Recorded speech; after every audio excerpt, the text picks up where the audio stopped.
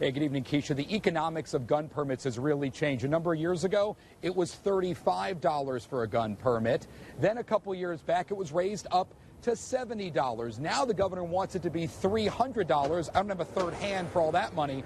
That would make the single highest gun permitting fee of any state in the country. Kevin, if this was a normal Monday afternoon, this would be one of the busiest streets in all of Orlando. You have the Orlando Health Center that's directly behind me. That's the emergency room where many of the victims were taken. And then we're going to swing across here to show you I'm on essentially a deserted street, not deserted, but a blocked off street. And then if you look all the way down the street, you see the line of satellite trucks. Make no mistake, this would become law not because of easing opinions toward the use of the drug.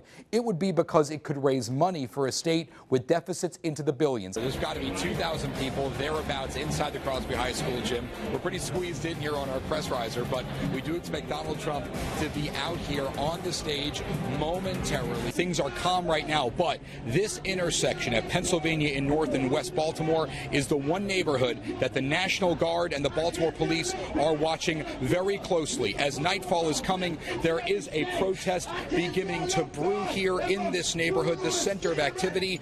This, as residents and police say they have been pushed to the edge. We take a walk up Allen Street toward the XL Center to show different capabilities, like how the cameras can automatically follow a suspect based on specific information input into the computer software. If you read between the lines here, he's saying the taxpayers are sick of this, that agencies are spending so much money all the time, almost without any kinds of checks and balances. But then Arch Insurance, according to the mayor, will take over the rest of the financials for this. We will have complete coverage of this deal and what it means for the city, what it means for the yard goats, coming up tonight at 5 and 6. It is unclear if or when Governor Dan Malloy is going to sign his executive order. It could come any day. It could come in a matter of months. But what's interesting is that there are so many parallels between these gun laws, Connecticut's gun laws, and the ones announced by the president. They're really very repetitive. And of course, many of the opponents of the laws in our state, in Connecticut, Keisha, say they're onerous and they're not fair to supporters of the Second Amendment.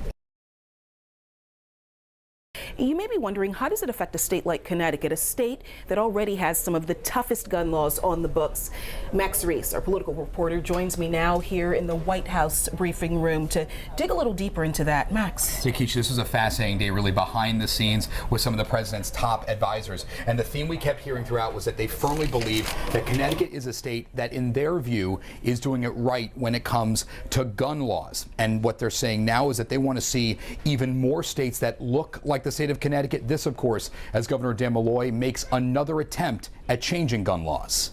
The president's top advisor, Valerie Jarrett, says when the administration looks at where it wants this country to go when it comes to guns, it's the direction of New England. You've seen your gun deaths go down by 40%. 40%. That's what we should want to happen in every single state around the country. Jarrett and other White House officials want to encourage the use of smart guns, ones that can only be used by the owner, something they say could prevent a future Sandy Hook tragedy, since weapons used there weren't owned by the shooter. If we can keep young people from opening medicine bottles, and if we can figure out how to activate our phone with a thumbprint, why can't we restrict the person who can use a gun to the person who legally purchases a gun? Governor Dan Malloy wants to ban anyone on terror watch lists from buying guns. He hasn't signed the order yet, but insists it's coming. And they're working on it. They'd like to see it get done. It's got a lot of support. They're well aware that a number of states would follow Connecticut's lead in executing an executive order or passing legislation if they can clear the route, and I'm hopeful that they will. White House spokesman Josh Earnest confirmed talks have continued with the Malloy administration and endorsed the idea, while insisting that Congress should act in a similar way. Well, Max, we obviously believe this is a pretty common sense proposal. If the government is determined that it's too dangerous for you to board an airplane, then it should be too dangerous for you to buy a gun.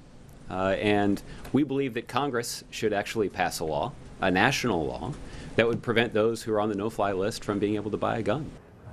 Good evening, Keisha. Here's a fact that many of our viewers may find surprising. This state has already taken in dozens of resettled Syrians as they've tried to escape both civil war and terrorism. Today, the governor doubled down on his stance, saying Connecticut will continue to welcome Syrians as long as they've gone through security process, but did add this is really a federal issue.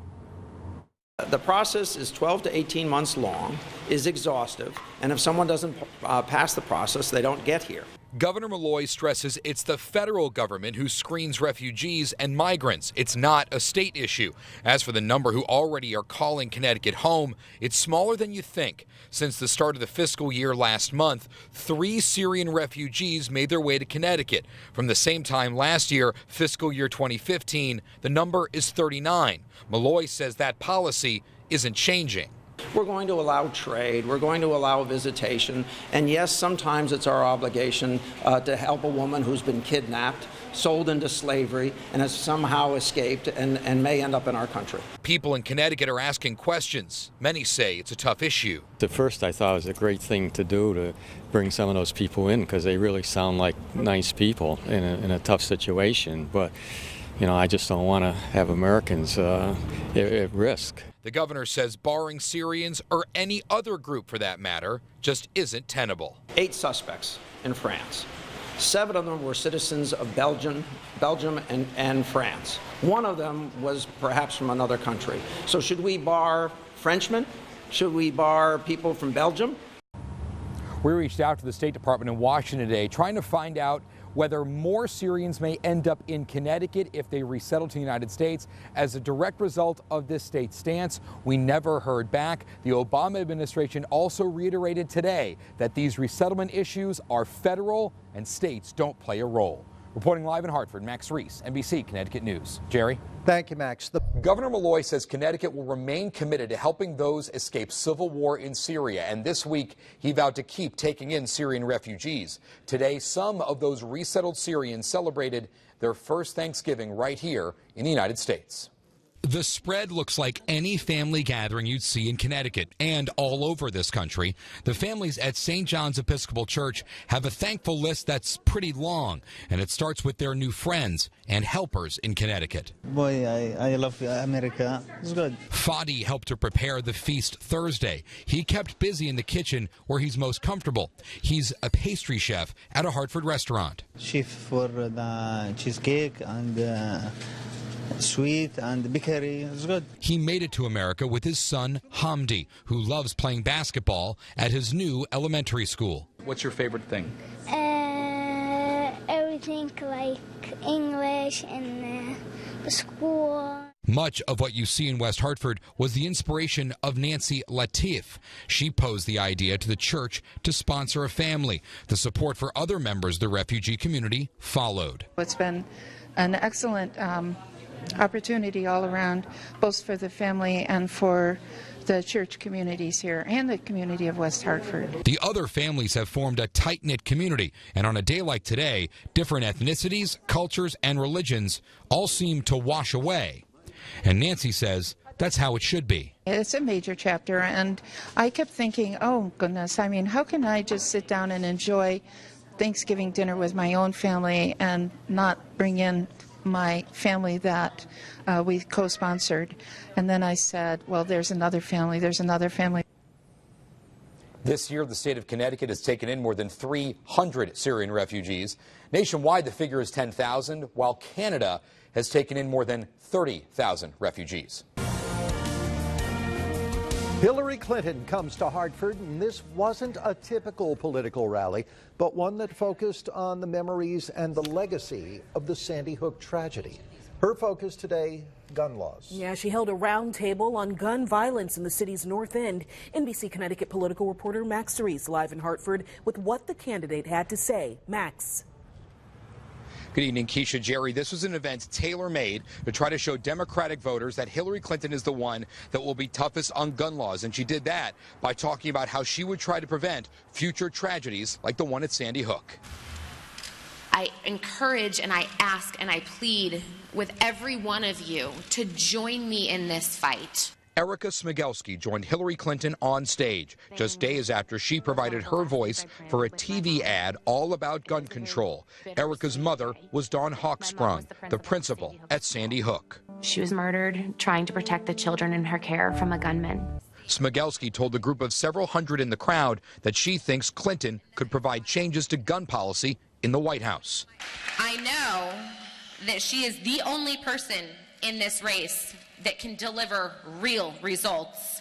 Clinton, who also took time to speak with people in Hartford's North End neighborhood, said more states need to follow Connecticut's lead when it comes to gun policy.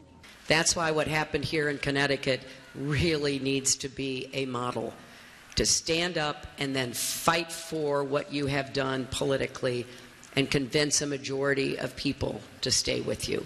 Those in attendance liked the focus of the event.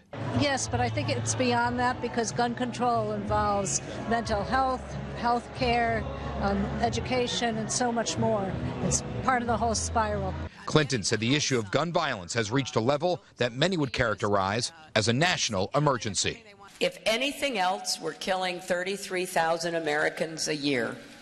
You can bet we would be fully mobilized, doing everything we possibly could to save lives.